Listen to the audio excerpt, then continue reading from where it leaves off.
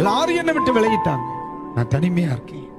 எல்லாரும் குற்றப்படுத்துறாங்க பாஸ்டர், எல்லாரும் என்ன குற்றப்படுத்தி என்ன தனிமையா விட்டாங்க.